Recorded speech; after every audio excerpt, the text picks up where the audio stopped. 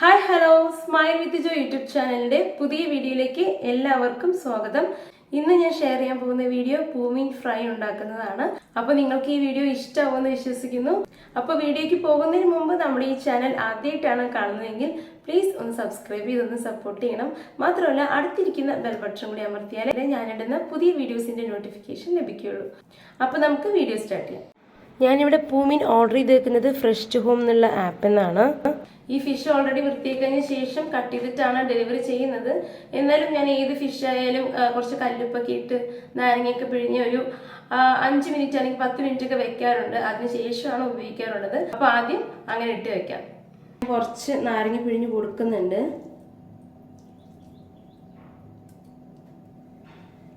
ഇനി അതിലേക്ക് കുറച്ച് കല്ലുപ്പ് കൂടി ഇട്ട് കൊടുക്കുകയാണ്.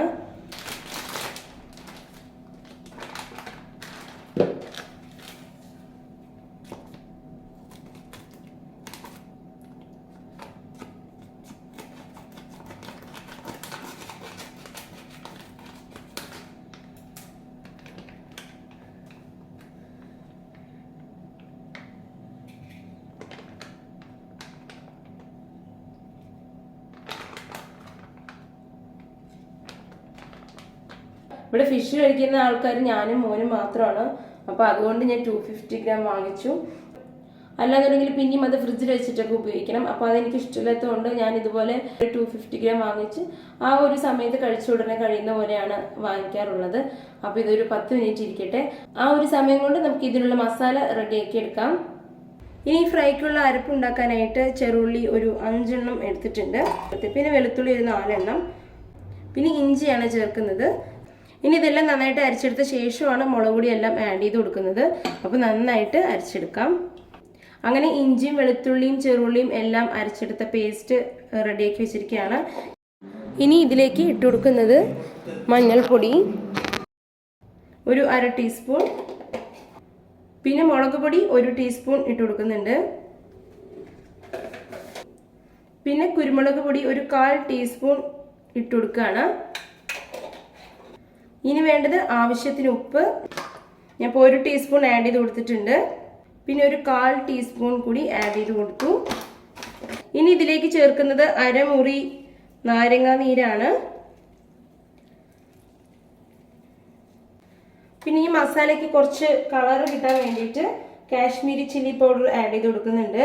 അതൊരു 1/4 ടീസ്പൂൺ ആഡ് ചെയ്ത് കൊടുക്കുന്നുണ്ട്. പിന്നെ ഇതെല്ലാം കൈകൊണ്ട് നന്നായിട്ട് മിക്സ് ചെയ്യുവാണ്.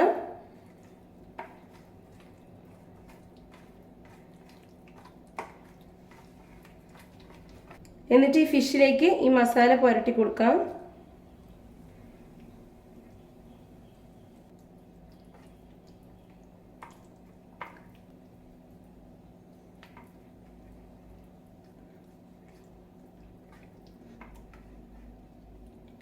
അങ്ങനെ നമ്മുടെ പൂമീൻ ഫിഷ് ഫ്രൈ നന്നായിട്ട് മാരിനേറ്റ് ചെയ്ത് വെച്ചിട്ടുണ്ട്. ഒരു അരമണിക്കൂർ കഴിഞ്ഞ ശേഷം ഫ്രൈ ചെയ്തെടുക്കാം. എന്നാൽ മാത്രമേ ശരിക്കും മസാല ഇതിനകത്തേക്ക് പിടിക്കത്തുള്ളൂ. അപ്പോൾ അതുകൊണ്ട് ഒരു അരമണിക്കൂർ വെയിറ്റ് ചെയ്യാം. എണ്ണ നന്നായി ചൂടായിട്ടുണ്ട്. എന്നിട്ട് അതിലേക്ക് കറിവേപ്പില ഇട്ട് കൊടുത്തു. ഇനിയാണ് നമ്മുടെ മസാലയെല്ലാം പുരട്ടി വെച്ചിരിക്കുന്ന ഫിഷ് ഇട്ട് കൊടുക്കുന്നത്.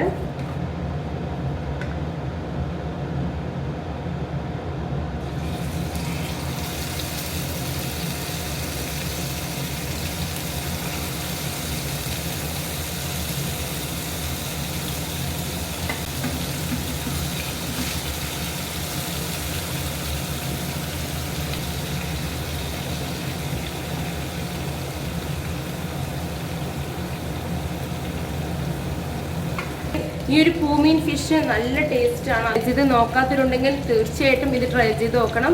ഇതിൻ്റെ മുള്ളൊക്കെ അത്യാവശ്യം വലിയ മുള്ളായതുകൊണ്ട് നമുക്ക് ടെൻഷൻ ഇല്ലാതെ കുട്ടികൾക്ക് കഴിക്കാൻ കൊടുക്കാം. അത്രയും നല്ലൊരു ടേസ്റ്റുള്ള ഫിഷ് ഫ്രൈ ആണ്.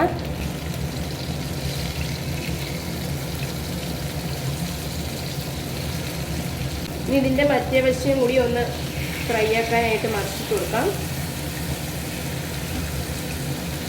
എനിക്കിങ്ങനെ മുരിഞ്ഞ് വരുന്ന കാണുമ്പോൾ വിശപ്പ് കൂടി വരുന്നത് പോലെയൊക്കെ തോന്നും. ഇനി ഇതിൻ്റെ ഈ വശം കൂടി നന്നായിട്ടൊന്ന് മുരിച്ചെടുക്കാം.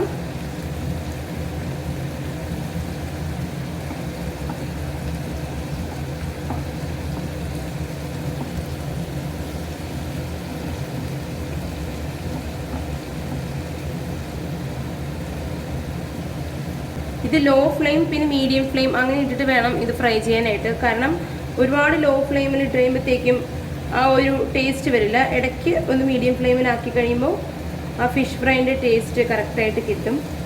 അപ്പോൾ അങ്ങനെ പൂമീൻ ഫ്രൈൻ്റെ 2 വശവും നന്നായിട്ട് ഫ്രൈ ആയി കിട്ടിയിട്ടുണ്ട്. ഇനി നമുക്ക് തീ ഓഫ് ചെയ്യാം. എന്നിട്ട് ഈ ചൂടുള്ള ചമ്പാവരിച്ചോറിൻ്റെ കൂടെ ഈ ഫിഷ് ഫ്രൈയും കൂടി കൂട്ടി കുഴച്ച് കഴിക്കുമ്പോൾ ടേസ്റ്റാണ്. അപ്പോൾ എല്ലാ ഫിഷ് ലവേഴ്സും ഇത് ട്രൈ ചെയ്ത് നോക്കണം. എന്നിട്ട് നിങ്ങളുടെ അഭിപ്രായം കമൻറ്റ് ബോക്സിൽ കമൻറ്റ് ചെയ്യാൻ മറക്കരുത്.